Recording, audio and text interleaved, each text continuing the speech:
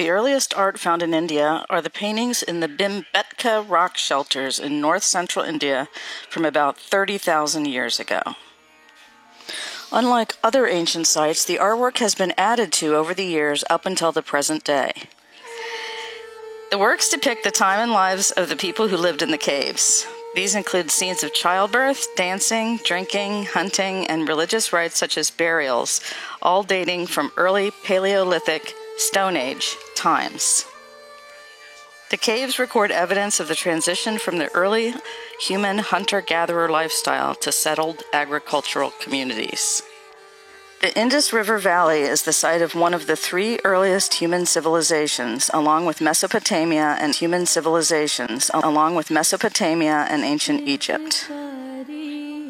Also known as the Harappan civilization, the area was developed from 3300 to 1300 BCE. Important innovations of this civilization include standardized weights and measures, seal carving, and metallurgy with copper, bronze, lead, and tin. At its peak, the civilization may have had a population of over 5 million people. The cities are noted for their urban planning, including baked brick houses, elaborate drainage systems, water supply systems, and clusters of large non-residential buildings. A form of writing has been discovered there called the Indus script. Its relation to subsequent writing systems is still unclear, and because the inscriptions that have been found are short, with 5 or fewer symbols, it's still untranslated. This stamp seal with a modern impression made from it was engraved with the image of a unicorn and an incense burner beneath Indus script symbols. The Indus Valley civilization was only uncovered in 1921. Archaeologists are still forming theories about the people who lived there and the cause of its fall, possibly due to climate changes. This carved relic probably was of a priest or a king. The Indus Valley is also the cradle of Hinduism, which started somewhere between 2300 BC and 1500 BC. Unlike other religions, Hinduism has no one single founder, but is instead a fusion of various beliefs and embraces many different religious ideas. Most forms of Hinduism are henotheistic, which means they worship a single deity known as Brahman, but still recognize other gods and goddesses. Followers believe there are multiple paths to reaching the god. This 18th century painting depicts the deities Brahma, Vishnu, and Shiva paying homage to Devi. Hinduism is sometimes referred to as a way of life or a family of religions, as opposed to a single organized religion. Hindus believe in the doctrines of samsara, the continuous cycle of life, death, and reincarnation, and karma, the universal law of cause and effect. There are 2 important Hindu symbols. The Om is found in ancient and medieval era manuscripts, sculptures, paintings, and in temples belonging to Hindu, Buddhist, and Jainist faiths. It represents the soul or divine knowledge. The second symbol may seem shocking. The swastika is an ancient shape which long predated its association with Hitler's Nationalist Socialist Party. The symbol means good fortune or being happy in Sanskrit and represents good luck. It's commonly found on temple doors and opening pages of books. The primary sacred texts of Hinduism, known as the Vedas, were composed around 1500 BC. This collection of verses and hymns was written in Sanskrit and contains revelations received by ancient saints and sages. The Vedic hymns were composed and preserved by oral tradition, memorized and handed down across generations for many centuries. When finally written around the 3rd century BCE, the manuscripts were made from birch bark or palm leaves. They decompose and therefore were routinely copied over the generations to help preserve the text. Veda in Sanskrit means knowledge. It was in the Vedas that we have the word Sindhu, the name of the river referred to in these texts. The words Hindu, Indus, and India are all derived from the word Sindhu. India's first empire, the Mauryan Empire. During this period, an empire was extended south into central and parts of southern India. The third Mauryan emperor, Ashoka, is one of the most famous rulers in Indian history. His conversion to and support of Buddhism is often likened to the Roman Emperor Constantine's acceptance of Christianity in 313 AD. Ashoka had 7 monumental edicts on Buddhism carved into strategically placed, polished sandstone pillars around the entire subcontinent. One of the best preserved, shown here, stands 32 feet high and is capped by a seated lion. The lion capital of Ashoka, the national emblem of India, is the most famous example of Mauryan art. According to scholars, Ashoka's empire wielded 600,000 foot soldiers, 30,000 soldiers on horseback, and 9,000 war elephants. The Aryans, nomadic herders from Central Asia who settled in India, had already established a social ranking or caste system with 4 main groups of people: priests, Brahmins, warriors and aristocrats, peasants and merchants, and serfs.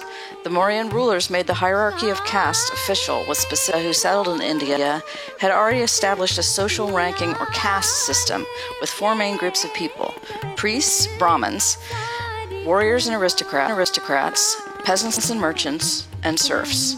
The Mauryan rulers made the hierarchy of castes official, with specific duties and limitations on each of the 4 castes. This stone ring has nothing to do with caste, but it does have flowers and female deities on it. The second major religion that originated in India is Buddhism. The founder of Buddhism, Siddhartha Gautama, was born in 563 BCE into a wealthy Brahmin family. He rejected his life of riches and embraced a lifestyle of asceticism, or extreme self-discipline. After 49 consecutive days of meditation, Gautama became the Buddha, or the Enlightened One. He gained a group of disciples who became Buddhist monks and traveled throughout northern India spreading his teachings. This painting of the Buddha's first discourse is circa 700 to 1100 CE. The sutra manuscript that it's in is written in the Brahmana script. Artifacts related to the Buddhist religion can be found from the Mauryan era on and have spread outside India along with the religion. Prayer wheels contain written Sanskrit prayers that are dispersed when the wheels are spun by hand. Prayer beads are used to recite mantras and prayers during meditation. Singing bowls are also used for meditation, for healing, and for ceremonial uses. In India, many members of the merchant caste were practicing Buddhists. They talked to people as they traveled. Many members of the merchant caste were practicing Buddhists. They talked to people as they traveled and traded. In this way, Buddhism spread along the Silk Road to Iran, Central Asia, Southeast Asia, and China. Buddhism has a strong individualistic component. Everyone has responsibility for their own happiness in life. Buddha presented the 4 noble truths as guiding principles. There is suffering in life. The cause of suffering is desire. Ending desire means ending suffering. And following a controlled and moderate lifestyle will end desire and therefore end suffering. The spread of Islam to India beginning in the 8th century was a stimulus to the crafts, particularly to calligraphy, as well as to the production of a figured muslin cloth called jamdani. Trade along the Silk Road was made possible by the stability of empires along the way and the great value of the goods from both ends, including gold, silk, horses, and spices. The transmission not only of goods, but also ideas, including Christianity, Buddhism, and Islam, and also disease, moved along the routes. Smallpox, possibly originating in China, may have helped destabilize the Roman Empire. There was a great demand for Chinese silk in the empires of Greece and Rome. Seneca the Younger, a writer and imperial advisor, complained about people wearing silk. I can see clothes of silk, of materials that do not hide the body, nor even one's decency can be called clothes. Wretched flocks of maids labor so that the adulteress may be visible through her thin dress, so that her husband has no more acquaintance than any outsider or foreigner with his wife's body. The maritime route of the Silk Road enriched the port cities along India's southern coast. The Guptan Empire is called the Golden Age of India. The Guptan emperors conquered and unified much of the subcontinent for the first time. The resulting enormous wealth supported culture, scientists, mathematicians, writers, and artists. Indian art, philosophy, and literature flourished during the Gupta period, from 320 CE to about 500 CE. We know little about the crafts during this time or earlier, but examples of elaborately carved ivory caskets, chairs, and footstools indicate that specialized craftsmen worked with this rare material, probably produced for royalty. The writer Kalidasa is known as the Shakespeare of Sanskrit. Traditional epic tales were written down and preserved, and the game of chess was popularized. Aryabhata created mathematical theories, including concepts in trigonometry, the rotation of the earth, and an early concept of gravity. He's known for an accurate approximation of pi. Craftsmen occupied a place in a highly stratified culture far down below warriors, artists, and administrators. Indian craftsmen were also known for their work in metal, and early surviving metal objects include plates, vessels, and lamps. However, the most notable Indian product of this period was cotton, particularly gossamer muslin, which the Romans called woven wind. Cotton cloth was the one product that was produced in sufficiently large amounts to become an important staple of Indian traders. The Mughal period was known as the period of the gunpowder empires. The Mughal period in India was roughly the same time as the Ottoman Empire in Turkey, the Safavid dynasty in Persia, and the European Renaissance. The Mongolian Emperor Timur, a grandson of Genghis Khan, was able to invade and conquer India from the north. The Mughal rulers were Muslims, governing a majority Hindu population, at first tolerant but then less so. The emperors ruled over many tribal groups, kingdoms, and shahs with constant regional conflict. Probably the most famous creation of the Mughal Empire is the Taj Mahal, an ivory-white marble memorial commissioned in 1632 by the Emperor Shah Jahan to house the tomb of his favorite wife, Mumtaz Mahal. It also houses the tomb of Shah Jahan himself. Having come into contact with the English crown and received gifts of oil paintings from England, the emperor encouraged his court artists to emulate the single-point perspective favored by European painters. The Mughal style of painting mostly has miniatures as single works or book illustrations, with influences from Hindu, Jain, and Buddhism. It emerged from Persian miniature paintings. In this battle painting from an epic book of heroic tales, the original faces have been erased and then repainted in more recent times. Only the face of the groom, wearing an orange turban in the center of the left edge, has been left untouched. Now that we've roughly outlined the history of pre-colonial India, let's look at some areas of traditional design. Several traditional Indian cultures use body art for social, religious, or decorative reasons. Members of the low-caste sect known as Ramnamis, denied entry to temples and forced to use separate wells, tattoo themselves with the name of the Hindu god Ram. Intended as a rebuke and a reminder to oppressors that God is everywhere, the tattoos are a visible rebellion against discrimination. Women of the Kutiya Khand culture, called the people of the spirit world, ink themselves with beautiful geometric facial tattoos. It is said these identifying marks ensure they recognize each other once they enter the spirit world. Body art was prevalent among the warlike mountain tribes, including the Naktes and Wanchos of Arunachal, who practiced headhunting as a component of battle and a rite of passage. They regarded tattoos as a sign of strength, courage, and virility because of the pain associated with the piercing process. After contact with Christian missionaries in the 20th century, both facial tattoos and headhunting have fallen out of favor there, mostly. Before widespread literacy, brilliantly colored murals depicted religious subjects and conveyed scriptural stories. Frescoes depicting Hindu mythology and legends, mostly dating back between the 9th to 12th century CE, when this form of art enjoyed royal patronage. Traditional murals used the Sanskrit 5 colors exclusively: red, yellow, green, black, and white being the color of the wall itself. This mural of the Hindu goddess Padmapani is from the 5th century. A kavad, a prop for itinerant storytellers, has doors that would open to reveal scenes from Hindu myths. Partially open, these panels depict Vishnu, the elephant-headed god Ganesh, and Krishna playing a flute. The sun and the moon, Surya and Chandra, appear at the top of the doors. Puli Kolam is an ubiquitous art form in South India. It involves drawing a line looped around a collection of dots called pulis, placed on a plane such that 3 mandatory rules are followed. All the line orbits should be closed, all the dots are encircled, and no 2 lines can overlap over a specific length. You can find kolam pulis bringing good luck and auspiciousness to weddings and celebrations. When you make the kolams using rice flour, it becomes food for birds and ants. As in other cultures, early manuscripts in India were handwritten and decorated with elaborate paintings, making important text visible, permanent, and valuable. These seashells were used to contain ground mineral pigment for painting miniatures.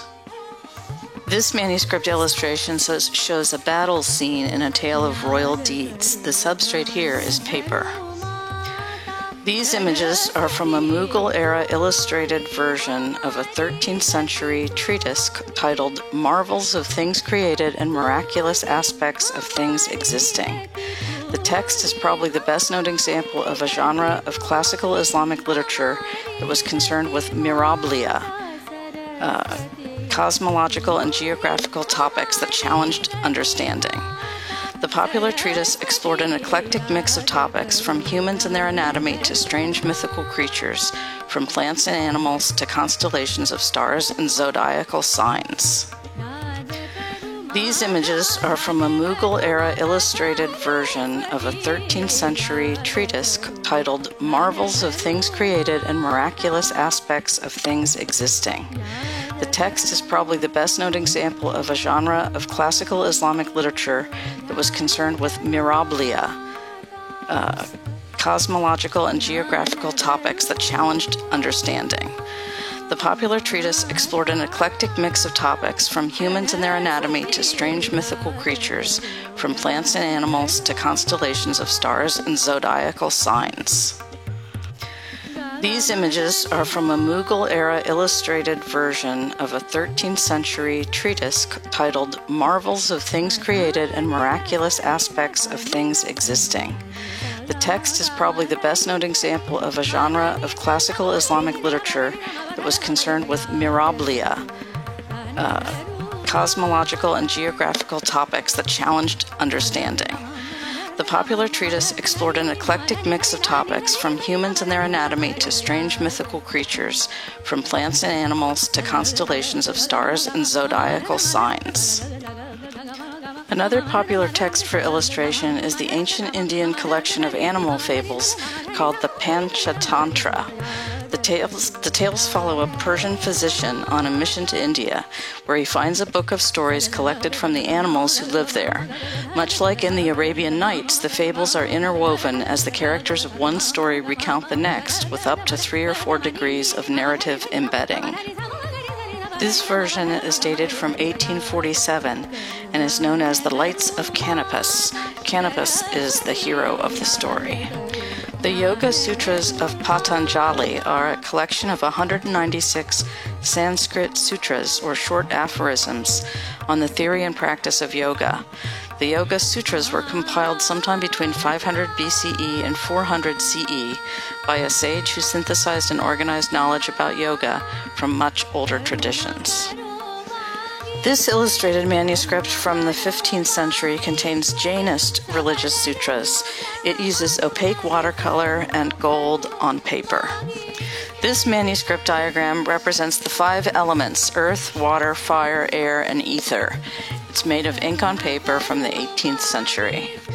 Card games were introduced to India in the 16th century by the Mughal emperors from Central Asia that were fond of the game Ganjifa, the name evolved from the Persian word for playing cards. Unlike the rectangular cards used in China and Korea, Indian cards had a round shape. Rajput painting is the style of Indian miniatures associated with the royal courts of the Rajputs between the 16th and 19th centuries. It flowed primarily from Western Indian manuscript styles, but was also greatly influenced by Mughal painting. Emerging in the last decades of the 16th century, Rajasthani art is usually divided into 4 major schools, each centered on different courts and based on differences in artistic style. The Mewar school is characterized by simplicity and vivid colors. It produced a large number of devotional paintings for the pilgrim trade. The Kangra school was characterized by curving lines, calmer colors, and delicate lyricism. The romantic subject matter, a lady awaiting her lover in the forest, is a popular theme in Rajput painting.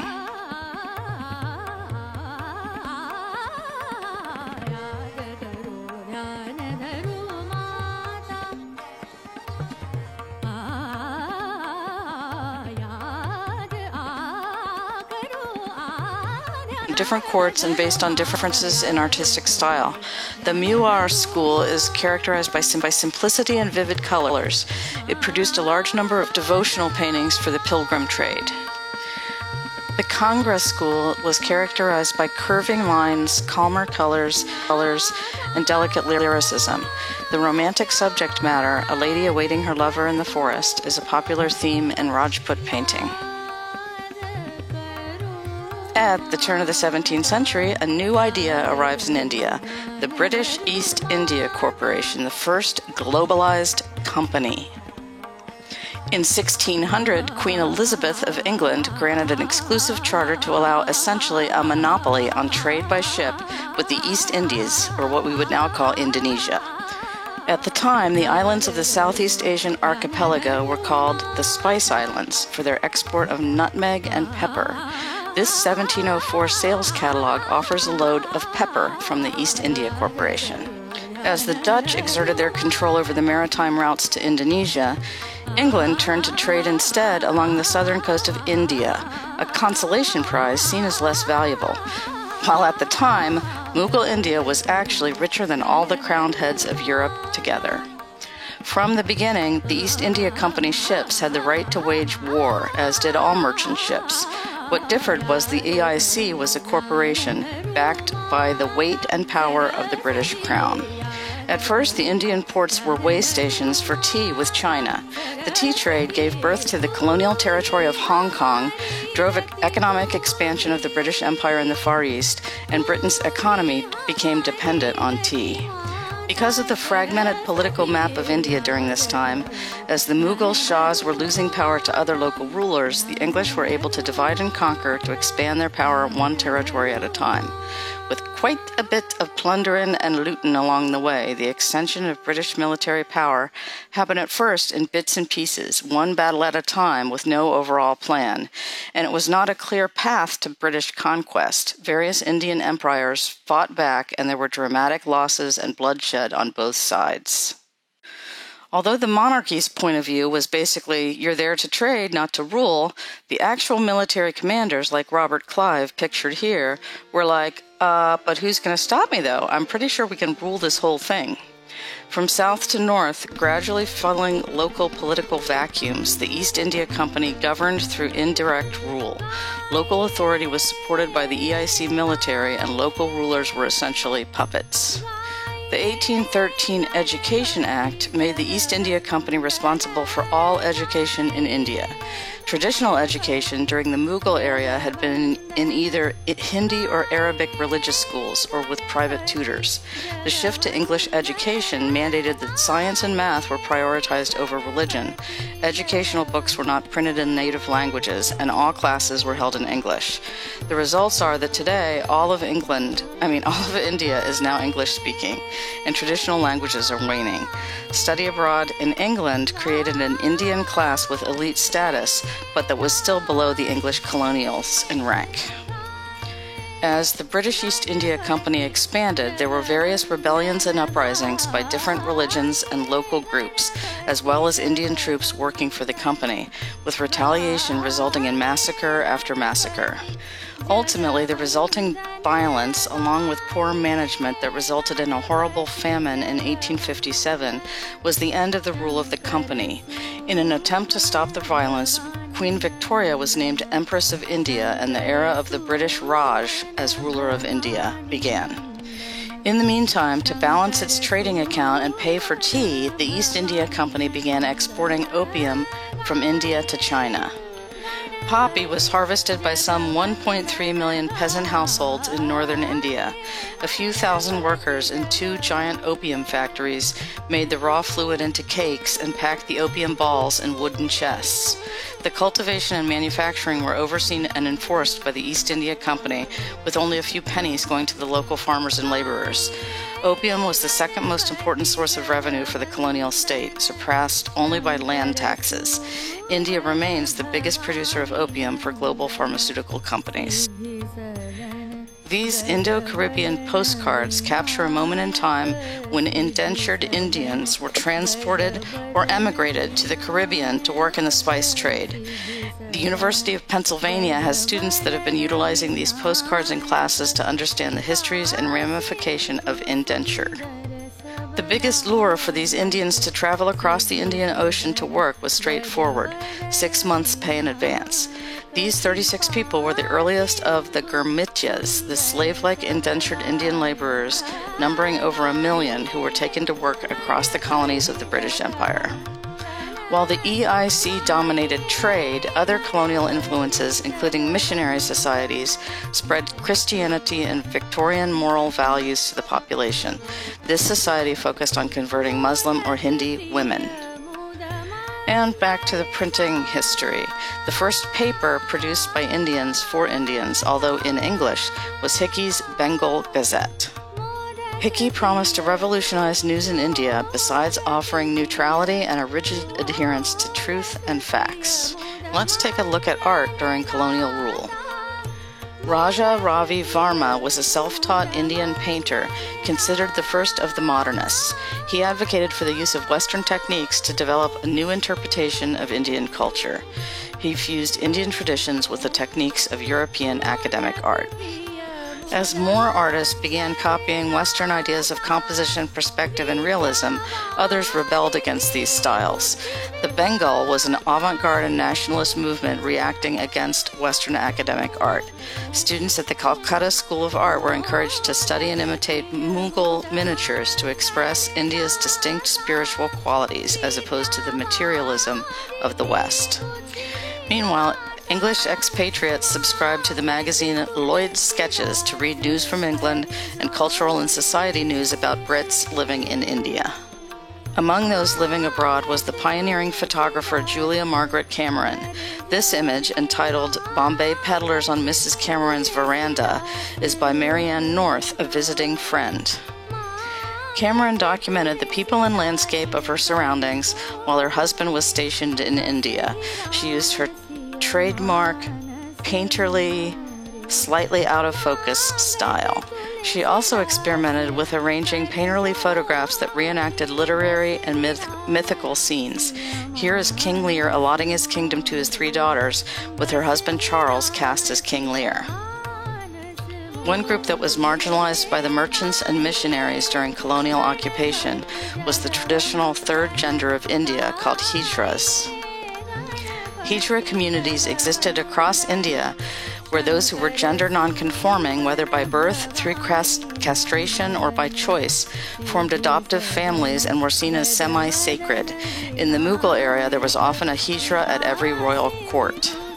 Hijras were devoted to the manifestation of the god Shiva, known as Ardhana Rishvara, depicted in paintings and sculptures as half male and half female. This androgynous representation of the divine dates back to the earliest traces of Hinduism. Hijras are also associated with the story of Bahushara Mata, a warrior daughter who was traveling with a caravan along with her sisters when they encountered a notorious royal road bandit. Instead of sacrificing her life, she cut off her and her sister's breasts as a way to curse the bandit with impotence. The only way for him to have the curse removed was if he paid homage to Bahuchara by dressing and behaving like a woman. In India, women without breasts are not automatically considered men. Rather, they're seen as neither male nor female, just as the Hijras. Colonial anxieties about the threat that Hijras posed to Indian boys overstated the actual number of children residing within the community. According to records, there were between 90 and 100 male children found living with registered eunuchs between 1860 and 1880. The British Raj criminalized and tried to exterminate Hijras, but the communities managed to survive in secret. They've been recently successful at achieving legal recognition as a separate gender in Nepal, Pakistan, India, and Bangladesh, which enables them to have passports, travel, hold jobs, and have other human rights. Indian troops served with British armed forces in both world wars. During World War II, escalating tensions between the British Raj and the Indian people, as well as religious conflict between Muslim and Hindu, began to splinter the colony. The Axis powers, Germany, Italy, and Japan, attempted to widen those cracks by exploiting anti-British sentiments with propaganda campaigns, which in turn were countered by pro-British messages. An example is this British leaflet depicting an Indian tiger and the flags of the Allied nations. The back has a propaganda message in Hindi, Bengali, Urdu, Assamese, and English. The text reads, "India springs to action, and side by side with Britain, America, Russia, and China will trample underfoot the tyranny of Germany and Japan." This benign image unites 3 boys of the English colonies in a suggestion of their loyalty to the British crown. In this Japanese poster, 5 Asian men, including a Japanese soldier, raise a toast together. The poster reads, "This is Germany and Japan." This benign image unites 3 boys of the English colonies in a suggestion of their loyalty to the British crown. In this Japanese poster, 5 Asian men, including a Japanese soldier, raise a toast together. The poster reads, "This is an apt occasion to drive out the English from Asia." The British imperialist at the bottom of the poster is losing his grip on the globe. This leaflet, with an image of an angry turbaned man, reminds the Indians of the oppression tolerated for the last 300 years. Indians sacrificed themselves for the British in World War I and received nothing in return. It tells the Indians that now is the time to take revenge. This subtle German flyer reminds Indians of mistreatment of women at the hands of the English. This poster reads, "Remember the Punjab event of 1919? We Indians were forbidden from walking on the sidewalks of our own motherland. The British did this to us." It refers to a peaceful gathering of Indians where, without warning, 50 soldiers fired thousands of rounds of ammunition into the gathering. Nearly 400 civilians were killed and 1,000 more were left wounded without medical attention.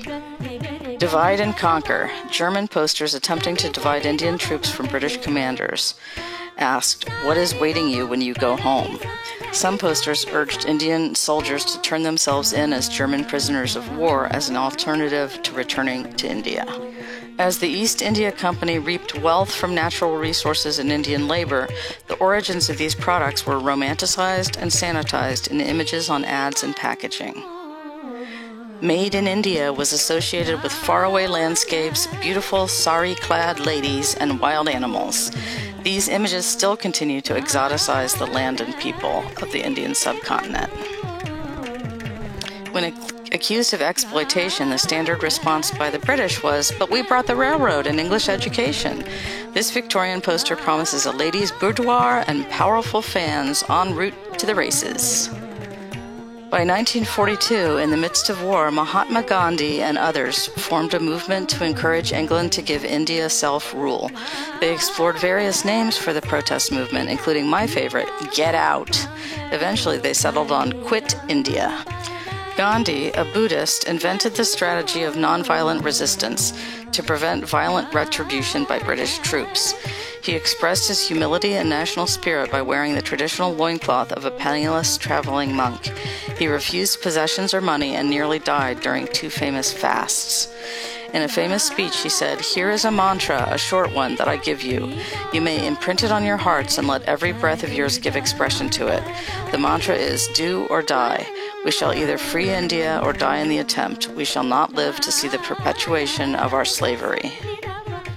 Of course, many other revolutionaries contributed to the mass movement to free India, including many women. This group gathered a crowd to march towards a police station intending to plant the new Indian flag on the roof. The police opened fire. One of the marchers was hit and fell to the ground. Undeterred, his wife, shown here, bandaged him with the help of her sari and continued to lead the crowd toward the station while holding the flag. He died, but she continued to support the freedom struggle. The flag of the movement references the traditional chakra, a spinning wheel, both a symbol of Indian resourcefulness and related to Hindu and Buddhist prayer wheels. Here, the personification of India as the goddess Bharat Mata is shown shedding tears when Mahatma Gandhi was assassinated. This mural depicting the Quit India movement was painted in 1952 after independence and vividly shows the danger the revolutionaries faced. As the British hastily withdrew, leaving the government in the hands of the Indian people, the seemingly irreconcilable split between Muslims, Hindus, and Sikhs forced an awkward decision to partition or split the former British territory. Against a backdrop of violence before, during, and after the partition, and with large amounts of leftover World War II weapons in circulation, the decision to create separate states was made hastily and created chaos. The so-called Radcliffe Line is named after a British lawyer, Cecil Radcliffe, who drew a somewhat arbitrary line with dividing India and Pakistan with no real consultation among local leaders. This poster is a plea against partition that reads, "Please don't kill, the cow is the life source for all." At partition, no one really foresaw the mass exodus and violent conflict as Hindus and Sikhs left Pakistan and Muslims fled India. The panic and confusion resulted in riots, rapes, and mass murder. Over 1 million people were killed, and tension between the states persists today. Okay, now for an abrupt transition to modern times post-independence. The Swakh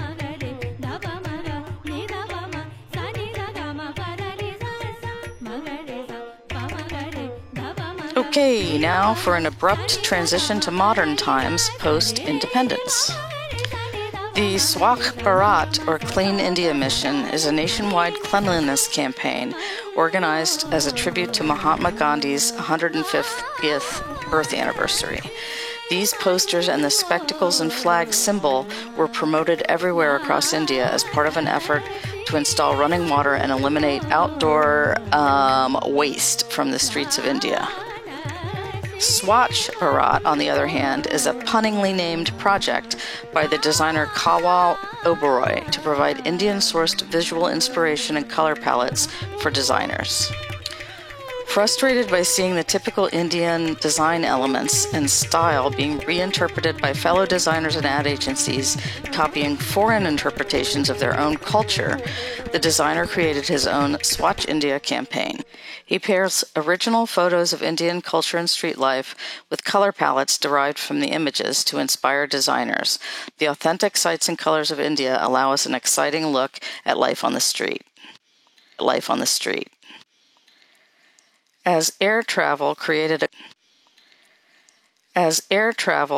a global travel market, Air India hired up-and-coming Indian designers and illustrators to create posters encouraging visits for business and pleasure.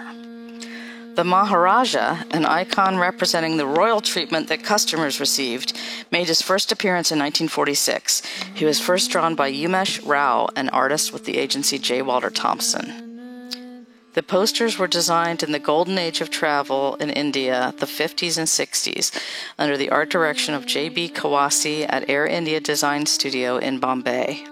The Maharaja evolves with the art styles of the moment, from a jazzy 1950s punster to a psychedelic 60s swinger. He's spotted in the streets of Manhattan, the alleyways of Paris, and on the beaches of Australia without his turban. Another long-lived advertising character is the Amul Butter Girl, in use since 1957. In this 2020 COVID ad, the caption reads, "Home for breakfast, lunch, and dinner? So are we." Just in case you haven't heard of Just in case you haven't heard of Bollywood, you may not realize that the Indian cinema industry leads the world in both number of films produced and number of tickets sold, although America, China, and Japan still beat India with revenue. Blockbuster popular movies have been made in Bombay, where the B in Bollywood comes from, since 1935, along with equally stunning posters. A number of early Indian films featured religious or mythological narratives, but these were gradually supplanted by contemporary social dramas. This poster is from 1941. Across the 20th century, Indian cinema art was influenced by an array of cultural, technical, and political movements and changes from Art Deco to Indian nationalism to partition and the societal changes wrought in its wake.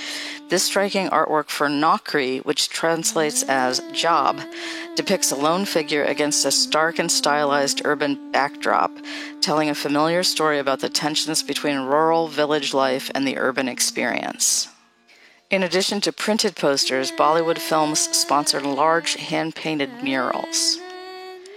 Bollywood also relishes historical dramas, like this one about love in the time of the Mughal Empire. The intense red, green, and black color scheme and dramatic characters seem to relate back to the cave murals we looked at in ancient India. In this limited time, we can't begin to cover the huge growth in design with the boom in India's economy in the 21st century, but we can highlight a few groundbreaking designers and works. Sujata Keshavan was the first Indian to obtain a postgraduate degree in graphic design. Still practicing at the firm that bears her name, she's India's foremost graphic designer.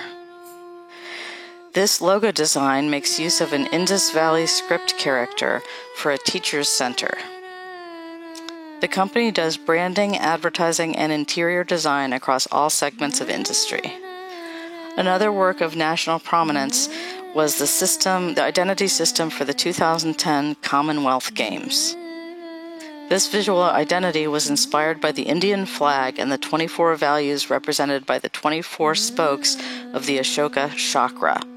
Variations were developed keeping in mind different applications, space constraints, and brand strategy. Everywhere you look in Delhi, you see a legacy of arches and the lacework screens called jalis.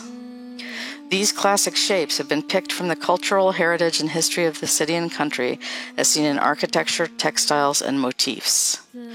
Indian cultural dance and performance and architectural landmarks created a palette of subgraphics used across the games.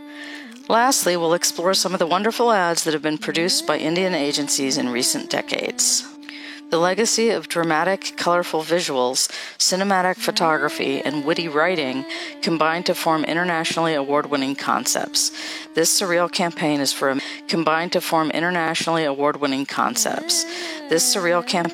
men's cologne and promises that you can be the star of your own drama. This campaign uses witty juxtapositions of ancient artwork with modern appliances as the Polar Company shows how their products can enhance daily life in murals that were presented in rural villages. As old meets new across the Indian subcontinent, graphic design communicates cultural barriers and helps to grow one of the world's most exciting economies.